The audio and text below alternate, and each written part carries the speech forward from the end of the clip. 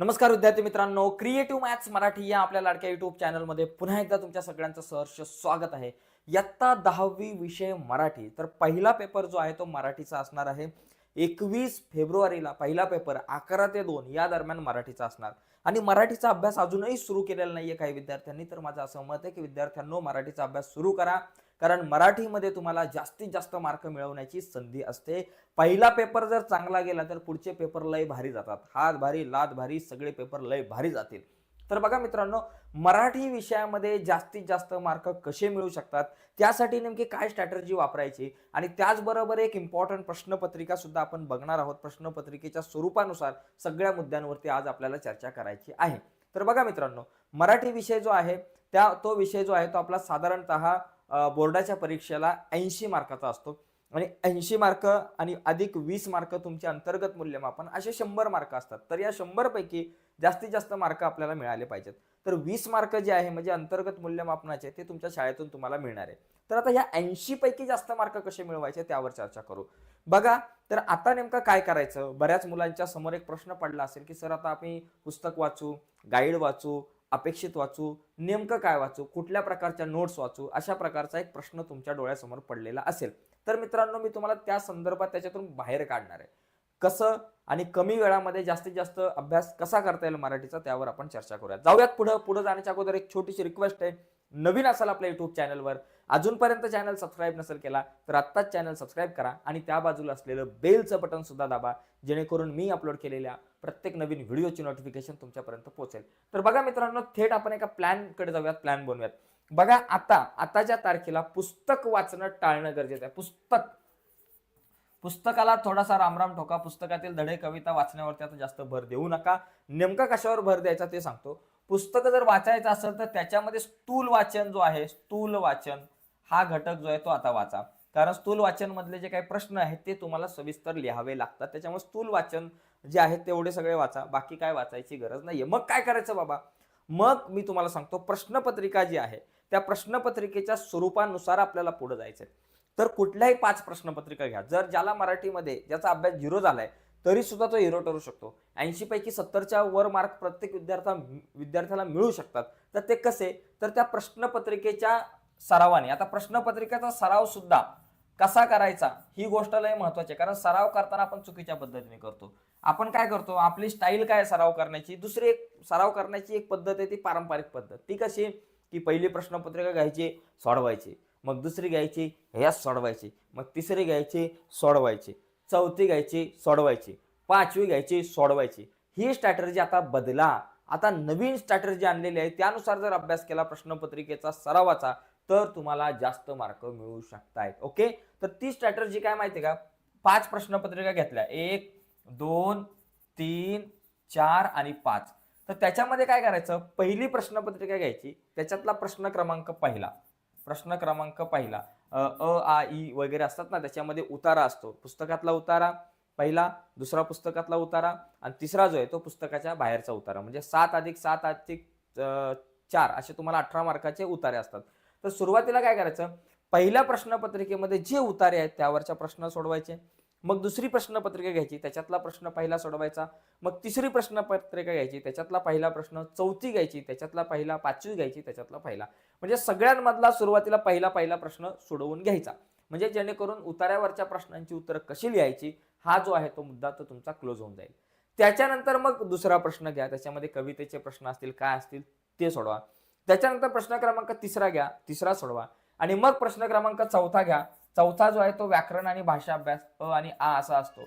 मग तो सोडवा, जो 16 मार्काला आहे. म्हणजे तुमचा व्याकरणाचा अभ्यास जो आहे तो पूर्णपणे होऊन जाईल. मग प्रश्न क्रमांक 5वा, ज्याच्यामध्ये पत्रलेखन असेल, ते सोडवा. मग प्रश्न क्रमांक 6वा, मग 7वा. अशा प्रकारे जर तुम्ही प्रश्नपत्रिकांचा सराव केला तर तुम्हाला जास्त मार्क मिळू शकतात. ओके, आता हा एक झाला मुद्दा प्रश्नपत्रिकेचा सराव. त्यानंतर आपण काय करू शकतो, कुठल्या गोष्टीवरती जास्त चांगल्या प्रकारे फोकस द्यावा लागतो आपल्याला ते सुद्धा समजून घ्या. बघा, सगळ्यात पहिली आणि महत्वाची गोष्ट जो व्याकरणाचा भाग आहे, जो 16 मार्काला आहे, अ आणि आ, इथं तुम्हाला 16 पैकी 16 मार्क मिळू शकतात. त्यामुळे याच्यावर जरा विशेष लक्ष द्या. व्याकरण आणि बरेच व्याकरणाचा जो भाग आहे, व्याकरण आणि भाषा अभ्यास, यामधले बरेच प्रश्न दरवर्षी रिपीट होतात, बऱ्याचदा रिपीट होतात. त्यामुळे जुन्या प्रश्नपत्रिकांमधला व्याकरणाचा भाग आहे तो आपण नीट व्यवस्थित समजून घेणं गरजेचं आहे. तर ही स्ट्रॅटर्जी आपल्याला वापरली पाहिजे प्रश्नपत्रिका सोडवण्याच्या अनुषंगाने. ओके. आणि प्रश्नपत्रिका लिहिताना सुद्धा विशेष काळजी घ्यावी लागणार आहे मित्रांनो. ज्यावेळेस तुम्ही पेपर सोडवता बघा, जास्त मार्क एखाद्या विद्यार्थ्याला मिळवायचे ते मिळतील आणि त्याचा अभ्यास सुद्धा एखाद्याचा पूर्ण झालेला आहे, पण ऐन टायमाला काय होतं माहिती आहे का, तुमचं नियोजन थोडंसं भटकतं आणि नियोजनामध्ये गडबड होते आणि शेवटचा एखाद दुसरा प्रश्न राहून जातो. मग जर का शेवटचा एखाद दुसरा प्रश्न राहिला तर तुम्हाला मार्क मिळणार आहेत का? जास्त नाही मिळणार. मग त्यासाठी काय करायचं, प्रॉब्लेम कुठं होतो मी तुम्हाला सांगतो. प्रॉब्लेम प्रश्न क्रमांक पहिल्यामध्ये जास्त होतो, कारण प्रश्न क्रमांक पहिला जो आहे तो उतार्यावरचे प्रश्न आहे आणि उतारावरच्या प्रश्नांचं कसं होतं की आपण उतारा वाचतो आणि मग प्रश्नांची उत्तरं लिहिण्याचा प्रयत्न करतो. कधी कधी काय होतं की आपला जो वाचनाचा स्पीड आहे मुलांचा तो थोडासा कमी आहे. आताच्या मुलांचा, बऱ्याच मुलांचा वाचनाचा स्पीड कमी आहे, त्यामुळे तो उतारा वाचतोय, प्रश्न शोधतोय, उत्तर सापडत नाही. उतारा वाचतोय, एखाद्या पहिल्या प्रश्नाचं उत्तर सापडतं, दुसऱ्याचं सापडतं, तिसऱ्याचं सापडत नाही. मग तो परत उतारा वाचतो, 4-5 वेळा उतारा वाचतोय, शोधण्याचा प्रयत्न करतो आणि या उतार्यामध्ये तो एकदम गुंतून बसतो. जसा भूलभुलैयामध्ये एखादा माणूस गुंतून बसतो, तसा इथं त्या उतार्यामध्ये गुंतून बसतो 2-3 याच्यामध्ये, आणि जवळपास 1 तास 1.5 तास त्या उतार्यामध्येच बऱ्याच मुलांचे जातात. तर माझं असं मत आहे, ज्यावेळेस तुम्ही पहिला उतारा सोडवायला घ्याल, त्याच्यातल्या पहिल्या प्रश्नाचं उत्तर मिळालं, दुसऱ्याचं मिळालं, तिसऱ्याचं नाही मिळालं, चौथ्याचं मिळालं, ज्या प्रश्नांची उत्तरं तुम्हाला मिळालेली आहेत ती लिहून घ्या. आणि एखाद्याचं नाही सापडलं तर एकदा उतारा वाचा पुन्हा, तेव्हा सापडलं तर ठीक आहे, नाही सापडलं तर त्याला जागा सोडून सरळ पुढे जा. उतार्यावरच्या प्रश्नांची उत्तरं जेवढी सापडतील तेवढी लिहा, नाही सापडली तर जागा सोडून आपल्याला पुढे जायचंय, पुढचा सगळा भाग कव्हर करायचा आहे आणि कव्हर झाला की त्याच्यानंतर परत यायचंय, राहिलेले जे काही प्रश्न आहे ते सोडवण्याचा प्रयत्न करायचा. ही स्ट्रॅटेजी वापरा, नाहीतर तुमचा खूप सारा वेळ जाईल आणि बराचसा भाग राहू शकतो. ठीक आहे. तर मित्रांनो, आता आपण प्रत्यक्षात एक प्रश्नपत्रिका बघूयात आणि त्या प्रश्नपत्रिकेचं जे स्वरूप आहे डिटेलमध्ये आपण बघू, त्यावरच्या प्रश्नांची उत्तरं आपण समजून घेण्याचा प्रयत्न करूयात. तर आता आपण आपल्या कम्प्युटरच्या स्क्रीनवरती जाऊयात आणि कम्प्युटरच्या स्क्रीनवरती जाऊन प्रत्यक्षात एक प्रश्नपत्रिका सोडवून बघूयात. तर जाऊयात आता कम्प्युटरच्या स्क्रीनवर. यस, तर बघा विद्यार्थी मित्रांनो, या ठिकाणी आता आपण एक प्रश्नपत्रिका बघूयात. ही प्रश्नपत्रिका आहे जी मार्च 2024 ची. तर या प्रकारच्या प्रश्नपत्रिका ज्या आहेत अशा प्रकारे आपल्याला बोर्डाच्या परीक्षेला येत असतात. आता हीच प्रश्नपत्रिका नीट समजून घ्या आणि या प्रश्नपत्रिकेमध्ये काय काय आहे, नेमके कुठले घटक आहेत ते आपण समजून घेणं गरजेचं आहे. तर बघा मित्रांनो, प्रश्न क्रमांक पहिला जो आहे तो आपल्यासाठी खूप इम्पॉर्टंट असतो, तो उतार्यावर आधारित असतो आणि पुस्तकामधले जे उतारे आहेत, प्रश्न क्रमांक पहिला जो आहे आपल्याकडे, समजा आपण इथं या ठिकाणी प्रश्न क्रमांक पहिला अ जो आहे, आ आणि ई असे 3 प्रश्न आपल्याकडे असतात. पहिल्यातला अ आणि आ हे 7-7 मार्काचे प्रश्न असतात. ओके, 7 मार्काचे प्रश्न म्हणजे 2 मार्क जे आहेत ते तुम्हाला 2 आणि 2 4 मार्क हे तुमचे प्रश्न असतात साधे, आणि त्याच्यानंतर तिसरा जो प्रश्न आहे तो सोमत. अशा प्रकारे पहिले जे 2 प्रश्न आहेत ते साधारणतः 7-7 मार्काचे असतात. पहिला 7 मार्काचा, दुसरा 7 मार्काचा उतारे. पहिला उतारा 7 मार्काचा, दुसरा उतारा 7 मार्काचा आणि तिसरा जो आहे तो पुस्तकाच्या बाहेरचा उतारा असतो जो 4 मार्काचा. असे एकूण 18 मार्क जे ते पहिल्या प्रश्नाला असतात. त्याच्यामुळे या प्रश्नात तुम्हाला जास्तीत जास्त मार्क मिळू शकतात. आणि हे जे काही प्रश्न आहेत तर ते सोपे असतात खूप. पहिले 2 तर खूप सोपे असतात. आता याच्यामध्ये जर आपण म्हटलं की पहिल्यातला अ जो आहे, अ म्हणजे पहिला उतारा असतो. आता ह्या उतार्यामध्ये सुद्धा आपल्याला साधारणतः अ जो उतारा आहे त्याच्यात 3 प्रश्न असतात. पहिला प्रश्न 2 मार्काला, दुसरा प्रश्न 2 मार्काला आणि तिसरा सोमत 3 मार्काला. असे एकूण 7 मार्काचा प्रत्येक उतारा असतो. आणि प्रश्नांची उत्तर जर बघितलं इथं उतारायची तर ती सोपी असतात. बघा आता इथं उत्तर आहे. आता जो पहिला जो प्रश्न आहे त्याच्यामध्ये म्हातारीच्या जगण्याचा एकमेव आधार आणि आपल्या तरुण मुलाला माणसं दाखवणारा.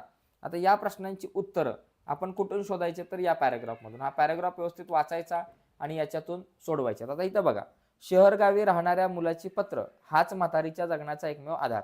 म्हणजे शहरगावी राहणाऱ्या मुलाची पत्र हे आपलं उत्तर येणार आहे, बरोबर ना. म्हातारीच्या जगण्याचा एकमेव आधार काय, शहरगावी राहणाऱ्या मुलाची पत्र. तर असं आपल्याला इथं उत्तर लिहिता आलं पाहिजे. ओके.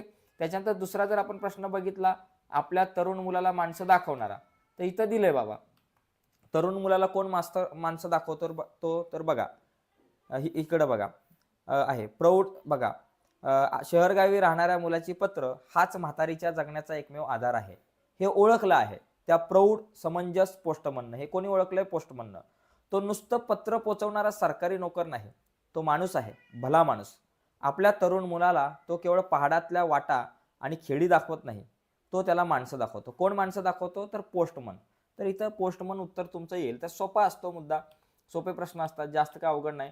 आता यानंतर दुसरा जो प्रश्न इथं आकृती पूर्ण करायची. आकृती पूर्ण करायची म्हणजे आकृती पूर्ण करा तर खूप सोपं असतो. तिथं तुम्हाला 2 पैकी 2 मार्क आरामात मिळू शकतात. बघा, वाट पाहण्याशी निगडीत असलेल्या भावना.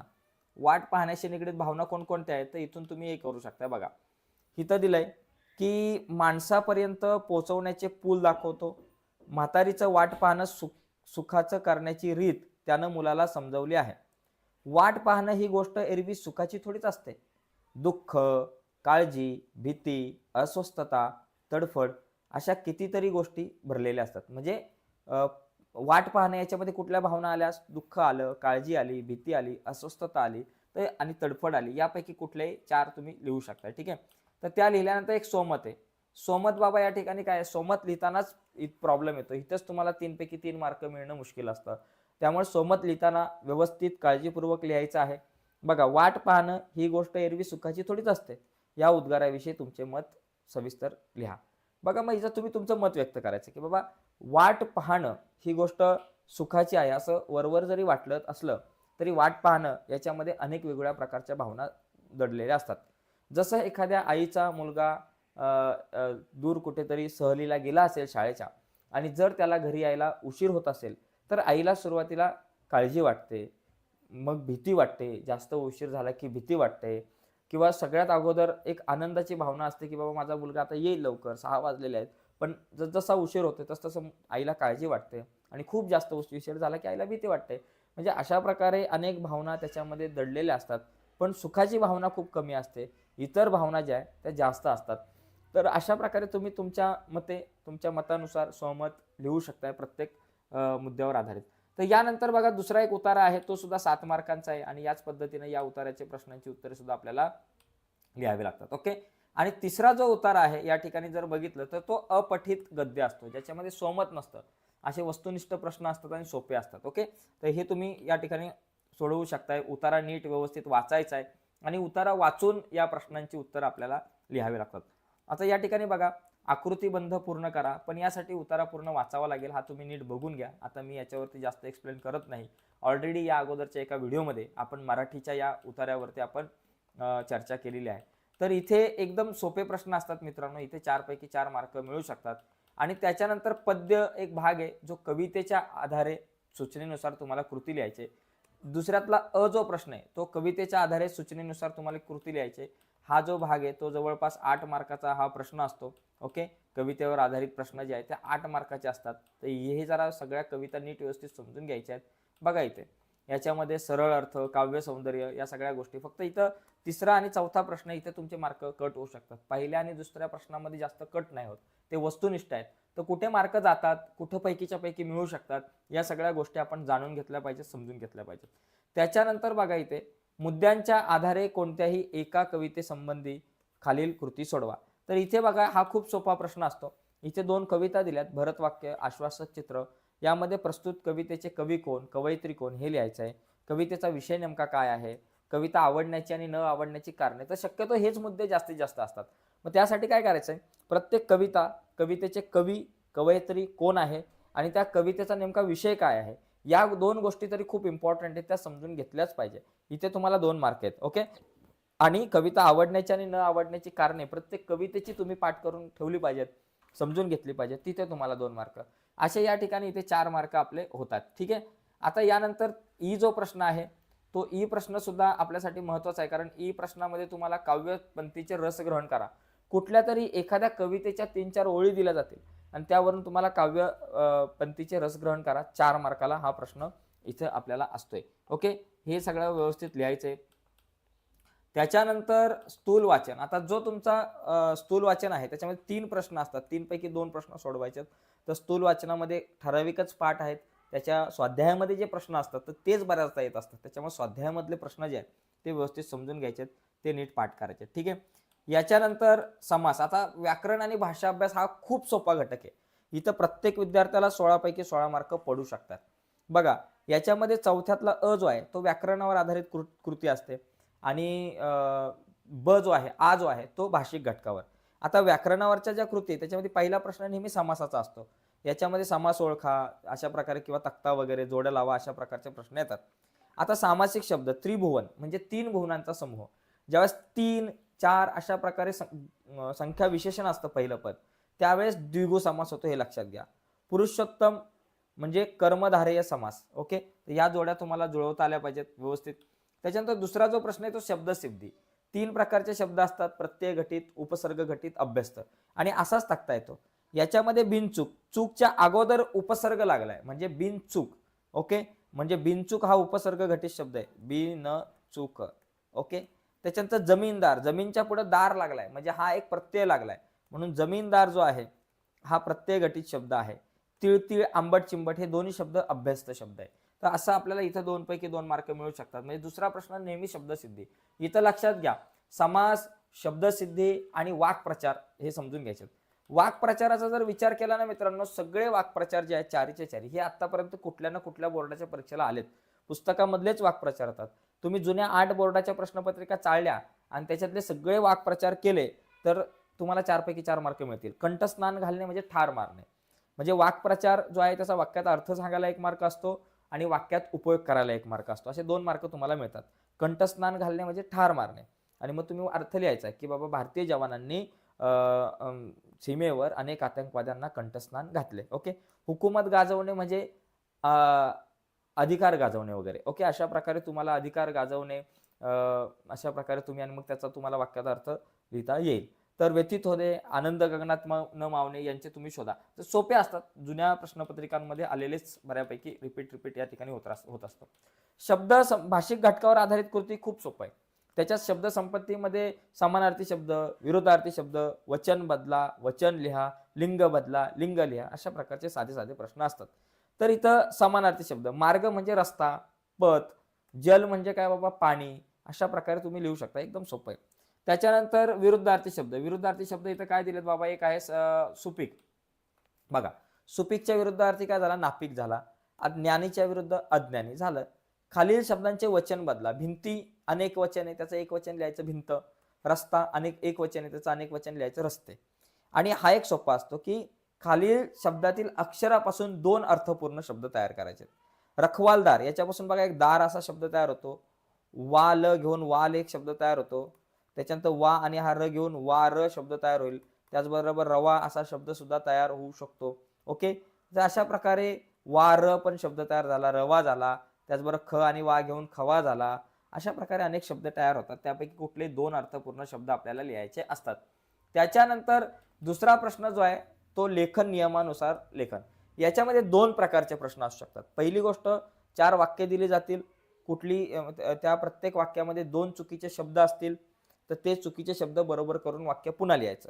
किंवा 6 जवळपास तुम्हाला शब्द 4 शब्दांचे गट दिले जातील, त्याच्यातला एक अचूक शब्द असेल तो ओळखायचा आहे. आता इथं बघा, महर्षी कर्वे याचमध्ये स्थिती प्रज्ञाची लक्षणे होती. आता महर्षी हा जो शब्द आहे तो आपण साधारणतः असा लिहितो. ओके, दुसरी वेलांटी असते. याचमध्ये स्थित प्रज्ञाची, मग स्थिती असा लिहितो आपण, स्थित प्रज्ञाची असा हा शब्द होईल. ओके, त्याच्यात पावसाळ्यात दिशा जी आहे ते आपल्याकडे दिशा अशा असतात, आणि धुसर जो शब्द आहे तो धुसर असा असतो, धुसर. ओके, महाराष्ट्र हीला ही दुसरी वेलांटी असते. संतांची भूमी शब्द आपण असा लिहितो, दुसरा उकार. शनिवार कसा लिहितो आपण, असा शनिवारी, पहिला शनिवारी असं पाहिजे. आणि दुपारी शब्द आपण असा लिहितो, पहिला उकार, शनिवारी दुपारी. ओके, 12:30ची वेळ होती. तर हे तुम्हाला चुकीचे जे काही शब्द आहेत, अचूक शब्द म्हणजे चुकीचे जे शब्द आहेत त्याला दुरुस्त करून पुन्हा लिहायचे. आणि विरामचिन्ह ओळखा हा सुद्धा सोपा भाग असतो. याच्यात काय करायचे, विरामचिन्ह ओळखामध्ये काय बाबा, हा स्वल्प विराम आहे, हे दुहेरी अवतरण चिन्ह आहे, बस कधी कधी पूर्ण विराम असेल, त्याचबरोबर अशा प्रकारे विस्मयापदी चिन्ह असेल, अर्धविराम असेल, अशा प्रकारे प्रश्नचिन्ह सुद्धा असू शकतो, किंवा एकेरी अवतरण चिन्ह असू शकतं. तर हे सगळं आपण समजून घेतलं पाहिजे. त्यानंतर पारिभाषिक शब्द 1 मार्काला आहे. टॅक्स म्हणजे कर, एक्झिबिशन म्हणजे प्रदर्शन. यामध्ये बघा, पुस्तकाच्या मागं तुमचा मराठी विषयाचं जे पुस्तक आहे त्या पुस्तकाच्या मागे या सगळ्या गोष्टी दिलेल्या आहेत तुम्हाला. पुस्तकाच्या मागे जर तुम्ही बघितलं तर पुस्तकाच्या मागे तुम्हाला या घटकावर आधारित बरेचसे शब्द आहेत, तर ते शब्द बघा त्याच्यातलेच बऱ्याचदा येत असतात. त्यानंतर मग प्रश्न जर आपण बघितला, प्रश्न क्रमांक 5 ज्याच्यात तुम्हाला पत्र लेखन आहे 6 मार्काला. ओके, खूप सोपा आहे, इथे 6 पैकी 6 पडू शकतात. पत्रलेखन आहे बघा, कृती सोडवा. म्हणजे पहिलं जे पत्रलेखनामध्ये दोन गोष्टी आहेत. एक तर तुम्हाला या ठिकाणी 2 पत्र असतात, दोघांपैकी एक तुम्हाला कुठलं तरी पत्र लिहायचं, 6 मार्क मिळू शकतात. बरोबर. हा झाला आपला 5वा प्रश्न. किंवा याच्यामध्ये आणखी एक गोष्ट लक्षात घ्या, किंवा तुमचा जो पहिला प्रश्न होता, पहिला जो प्रश्न होता त्याच्यातला जो प्रश्न आहे, पाठ्यपुस्तकाच्या बाहेरचा उतारा, तर त्या उताराचा तुम्ही या ठिकाणी इथं 1/3 सारांश लिहू शकता, तो 6 मार्काला आहे. पण शक्यतो पत्र लिहिलं तर उत्तम. ठीक आहे. तर ते पत्र कसं लिहायचं यावर आपण विशेष व्हिडिओ बनवलेले ऑलरेडी, किंवा अजून नंतर चर्चा करू. त्यानंतर जाहिरात लेखन, इथं जो आहे त्याच्यामध्ये जाहिरात लेखन, बातमी लेखन, कथा लेखन, तिघांपैकी तुम्हाला एक कुठलं तरी लेखन पूर्ण करायचं असतं. तिघांपैकी 2 कृती तुम्हाला करायच्या असतात, 5-5 मार्काचे असतात, 10 मार्क मिळू शकतात. त्याच्यानंतर पुढचा जो प्रश्न आहे त्याच्यामध्ये जो आहे त्याच्यामध्ये प्रसंग लेखन आहे, आत्मकथन आहे, आणि त्याच्यानंतर तुम्हाला एक वैचारिक लेखन आहे. तिघांपैकी एक काहीतरी लिहायचं असतं 8 मार्काला. तर एकंदरीत अशा प्रकारे हे प्रश्नपत्रिकेचं सगळं स्वरूप आहे. आता एक महत्वाची गोष्ट मित्रांनो, तुम्हाला सराव करण्यासाठी या सगळ्या मुद्द्यांवर आधारित जर नोट्स हव्या असतील, व्याकरणाच्या नोट्स हव्या असतील, उतारांच्या नोट्स हव्या असतील, कवितेच्या नोट्स हव्या असतील, या सगळ्या नोट्स जर तुम्हाला पाहिजे असेल, किंवा जुन्या प्रश्नपत्रिका जर पाहिजे असेल, तर त्या तुम्हाला मिळतील.